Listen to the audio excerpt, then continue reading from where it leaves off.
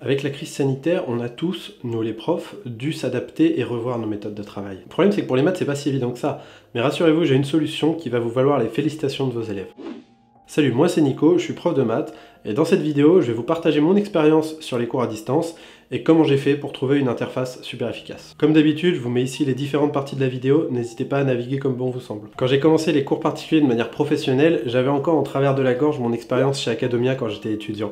Je me déplaçais beaucoup, j'étais mal payé et les temps de trajet n'étaient pas pris en compte. Et ça m'arrivait souvent de me pointer chez les élèves et de m'apercevoir qu'en fait ils sont en vacances et qu'Academia ne m'avait rien dit. Donc là j'ai souhaité assurer mes arrières et optimiser mon temps en assurant les cours chez moi. Alors heureusement à l'époque, j'avais chez moi un local que j'avais pu dédier aux cours particuliers. Donc les cours se déroulaient très bien, mais en fait je galérais à trouver des élèves parce que j'étais limité aux élèves de mon quartier. Alors j'habitais à Nantes, donc il y avait un peu de monde, mais il fallait que je réussisse à me faire connaître. Après un an à faire ça, ça commençait un peu à rouler, et en plus j'avais été contacté par des boîtes qui proposent des stages pour les écoles de commerce en terminale, donc ça allait. J'arrivais enfin à me dégager un salaire correct et à égaler mon salaire de prof. Après le problème c'est que je suis plus salarié, je suis libéral, donc quand je travaille pas, j'ai pas d'argent. Donc tout se passait bien, je retrouvais le sourire après un an et demi de précarité, quand j'ai appris à la télé, comme toute la France, nous sommes en guerre, qu'on allait être confiné. J'ai donc dû arrêter mon activité qui n'était pas une activité essentielle, et donc vivre avec les aides de l'État. Petite douche froide. Et vers la fin du confinement, j'ai été contacté par une boîte qui voulait me donner des élèves, donc j'ai dit pourquoi pas, mais le problème c'est qu'en fait les élèves étaient sur Paris. Donc je lui ai gentiment dit que moi j'étais pas sur Paris, et il m'a dit est-ce que je veux bien faire les cours à distance ? Ce à quoi j'ai répondu, en fait non, les maths à distance c'est pas compatible. Et là il m'a répondu que lui en faisait et que ça se passait très bien. Alors sur le coup j'étais pas très motivé, mais ça trottait un peu en tête et je me suis dit bon, faudrait quand même que je tente. Les jours passaient, j'étais toujours aussi déprimé de ce confinement, et il y avait cette voix dans ma tête qui me disait il y a vraiment moyen de faire un truc sympa.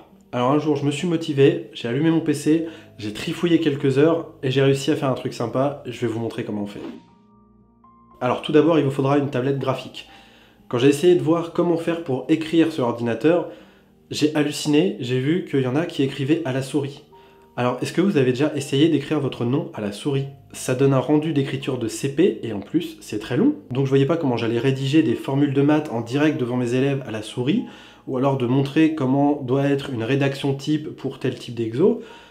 Pour moi, c'était pas faisable. Il y avait une autre solution que j'avais vue, c'était de se filmer en train d'écrire au-dessus de sa feuille. Donc le rendu est pas forcément mauvais, mais le souci c'est qu'on peut pas corriger en direct l'exercice d'un élève. Donc j'ai réfléchi et je me suis dit la solution c'est une tablette graphique. Donc personnellement moi j'utilise un iPad Pro que j'avais avant avec l'application Notability que je retransmets sur mon ordinateur via l'application AirServer. Mais il y a aussi des solutions beaucoup moins chères, je vous rassure, notamment les tablettes graphiques de Wacom je crois, qui sont aux alentours de 50 €, et avec l'application OneNote, ça fonctionne très bien. L'important, c'est d'écrire avec un stylet. Donc j'avais réussi à résoudre le problème d'écrire des formules de maths sur mon ordinateur.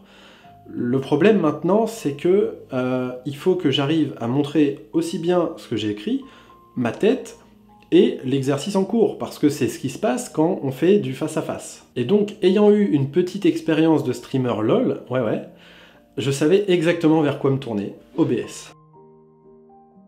Donc voici comment faire avec OBS. Il faut d'abord créer une nouvelle scène qui correspondra à la situation rencontrée, donc juste si on écrit, si on projette un exercice, si on simule une calculatrice ou peu importe. Et ensuite, dans cette scène-là, on va ajouter des sources qui vont correspondre à ce qu'on a envie de montrer.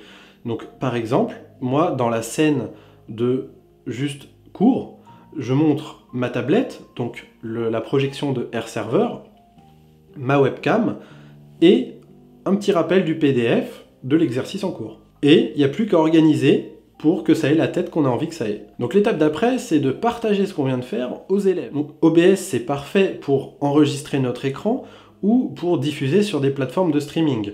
Mais c'est pas exactement ce qu'on cherche. Donc j'ai essayé tous les logiciels de visioconférence qui étaient très à la mode après le confinement. Donc il y avait Zoom, Hangout, Teams, etc. Et le grand gagnant, c'est Discord. Parce que Discord offre la possibilité de pouvoir partager une fenêtre tout en faisant autre chose à côté. Donc pour ma part, la fenêtre que je partage, c'est l'aperçu de mon interface d'OBS, et pendant que je lance l'élève sur un exercice, donc ça veut dire pendant qu'il réfléchit et que moi, j'ai rien à faire, je prends des notes sur la séance actuelle, je note ce qu'on était en train de faire, je note ce qu'il faudra faire pour la prochaine fois, etc. Et en plus, l'avantage de Discord, c'est quand même que le serveur, il ne bouge pas, et que les élèves ont juste à rejoindre le serveur à chaque fois. Il n'y a pas à leur envoyer un lien différent à chaque semaine pour leur dire « rejoins la réunion, voilà, faut que je commence la réunion, etc. » Ce qui, pour moi, ne me convenait pas. Donc voilà à peu près mon résultat final. J'ai globalement une scène pour un affichage d'explication. Donc comme je disais tout à l'heure, là où j'écris avec un petit rappel d'exercice et ma tête. Et j'ai une autre scène où c'est simplement un PDF affiché en plein écran. Comme ça, l'élève se sent libre de faire l'exercice sans avoir le poids d'un regard. Et croyez-moi, il préfère ça. Et donc quand je demande à un élève de faire un exo, donc je mets cette interface-là, et ensuite, je lui demande de m'envoyer ce qu'il a fait par SMS. Je récupère la photo qu'il m'a envoyée sur ma tablette et je la mets directement sur Notability et je peux écrire dessus en même temps que je lui parle. Les cours en ligne ne sont malheureusement pas pour tout le monde. Certains préfèrent avoir un prof en face d'eux pour poser les questions. Donc en passant en visio exclusive, j'ai perdu des élèves. Mais dès la rentrée 2020, je me suis aperçu du gros avantage de la visio, c'est qu'on est ouvert sur toute la France. Et de plus, on peut travailler d'où on veut, même quand on va à la plage, à la montagne. Le seul truc dont on a besoin, c'est une connexion internet assez stable et un PC portable. J'ai donc pu déménager dans une ville plus petite, tout en gardant mes élèves. Je me suis donc retrouvé face à une problématique que je n'aurais jamais cru rencontrer.